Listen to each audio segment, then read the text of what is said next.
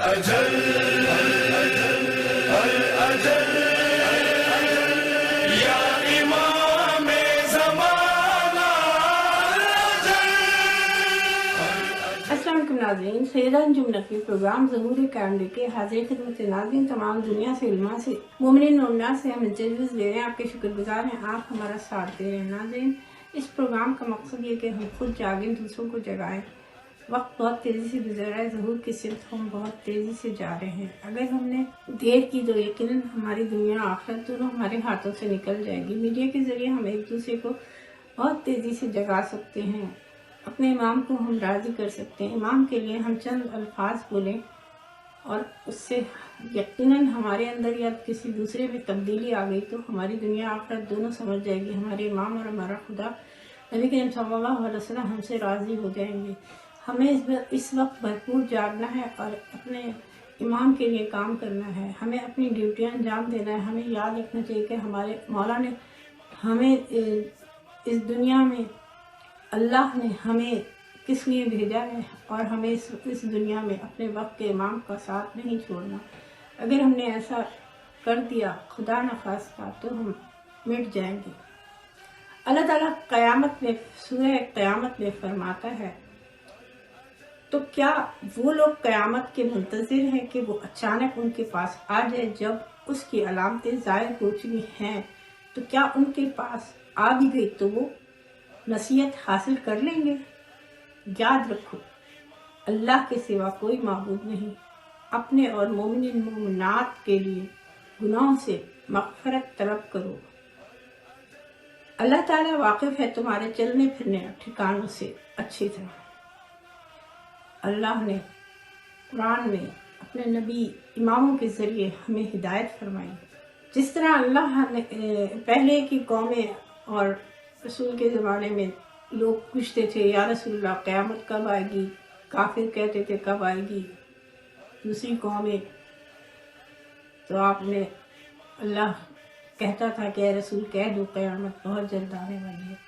بے پناہ قیامت کے لیے صورتیں آیتیں نازل ہوئی، مگر انسان پھر بھی غفلت میں رہا اور بظاہر بہت سے لوگوں نے اسلام قبول کیا مگر قیامت پر اور عذاب الہی پہ یقین نہیں کیا، جب ہی وہ اتنی بہادری سے گناہ کرتے رہے۔ آج ہم جس دور میں گزر رہے ہیں کہ ہمارے امام 11 امام ہمیں سب کچھ دے کے گئے، سب قربانیاں کی، اپنی اولادیں قربان کی۔ کربلا میں امام حسین علیہ السلام نے کس لیے دین کو بچایا؟ ہمیں بچانے کے لیے۔ ہم اس دوزخ سے بچیں، گناہ سے بچیں، شیطان سے بچیں۔ اپنی اولادوں کو اپنے آنکھ کے سامنے ذبح ہوتے دیکھا، امام نے شہید ہوتے دیکھا، کیا کیا ظلم دیکھے ہمارے لیے۔ ہم کتنے بد نصیب ہیں۔ ہمارے امام وقت اس کتنی صدیوں سے انتظار میں، مگر ہم کیا کر رہے ہیں؟ ہم غفلت میں ہیں، ہم قیامت کو بھول چکے ہیں، ہم ظہور کو بھول چکے ہیں۔ ظہور بھی اسی طرح اچانک آئے گا، اور جب آئے گا تو ہم پھر کیا کر سکتے ہیں؟ پھر کیا کریں گے؟ کیا ہم امام کے صرف وہی جو الفاظ کہتے ہیں، مولا آ جائیے ہم آپ کی زیارت کر لیں، بس زیارت سے کام ہو جائے گا؟ ہرگز نہیں، ہمیں زیارت سے کام نہیں ہوگا۔ ہمیں اپنے وقت کے امام کے لیے اپنے کردار کو بنانا ہے۔ ہم کیسے سامنا کریں گے بغیر کردار کے؟ کیا امام ہم سے ملنا پسند کریں گے؟ ابھی امام ہمارے لیے خون کے آنسو ہو رہے ہیں، ہم سدھر جائیں۔ جب ہم آئیں گے امام کے سامنے بغیر عمل کے تو امام ہم سے راضی ہوں گے یا منہ پھیر لیں گے؟ بس اتنا ہی سوچ لیجئے کہ اپنے امام کو راضی کرنا ہے، تو ایسا نہ ہو کہ مولا اللہ نہ کرے ہم سے منہ پھیر لے۔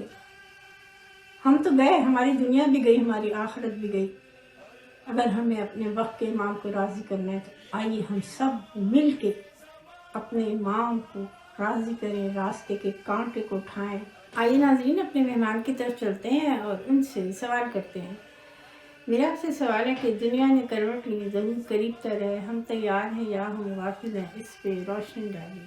بہت شکریہ انجم، آپ نے مجھے امام زمانہ اجل اللہ تعالیٰ فرجت کے متعلق گفتگو کرنے کی دعوت دی۔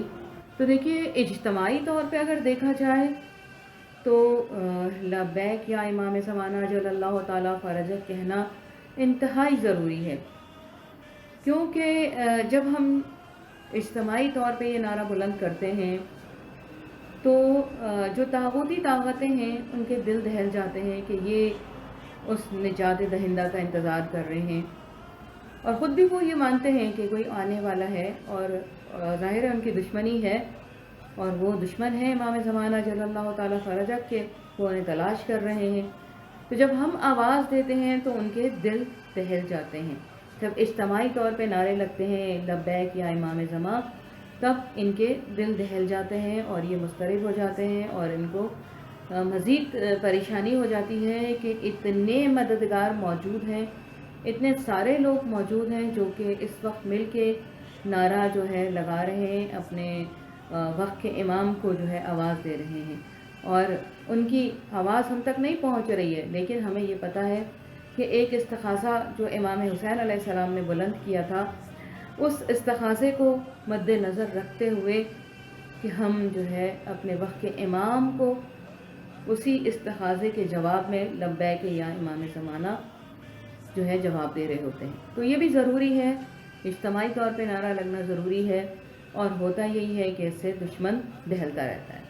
اور دوسری بات یہ ہے کہ جب انفرادی طور پہ ہمیں دیکھنا ہے کہ انفرادی طور پہ ہمارے عمل اور کردار میں امام سے تعلق جوڑنے کے لیے کیا تبدیلی آئی ہے، کیا اچھائی آئی ہے، کیا ہمارے جو ہے ہدایت ہمیں ملی ہے اور ہم ہدایت پہ چل رہے ہیں یا نہیں چل رہے ہیں، تو انفرادی طور پہ اپنے اپنے کردار کی تشکیل انتہائی ضروری ہے، کیونکہ اجتماعی طور پہ تو ہم نے ساتھ دیا ہے، ہمیں نہیں پتہ کون سا ایک ایسا شخص موجود ہے جو اس نعرے کی روح ہو، جس کی وجہ سے امام ہمیں بھی جواب دیتے ہوں۔